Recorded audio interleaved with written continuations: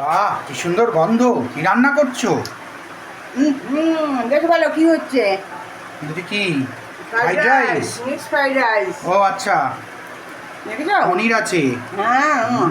কাজু আছে, বাদাম আছে, ক্যাপসিকাম, বিনস, গাজর, আরো কত কি। আর একটু হলেই নামাবো। আর এটা দেখো, এটা কি? এটা কি? আলুর দম?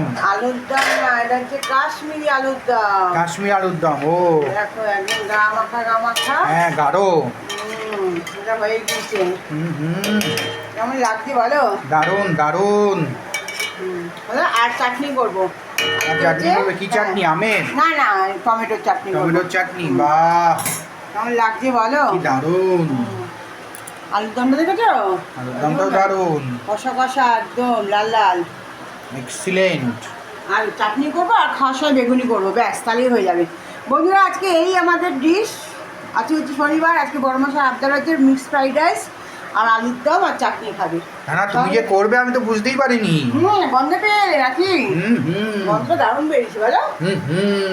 চলো, দেখা হবে খাওয়ার সময়, একদম ফাইনাল টাচ যখন দেবো তখন দেখা হবে। ঠিক আছে। চলো, টাটা।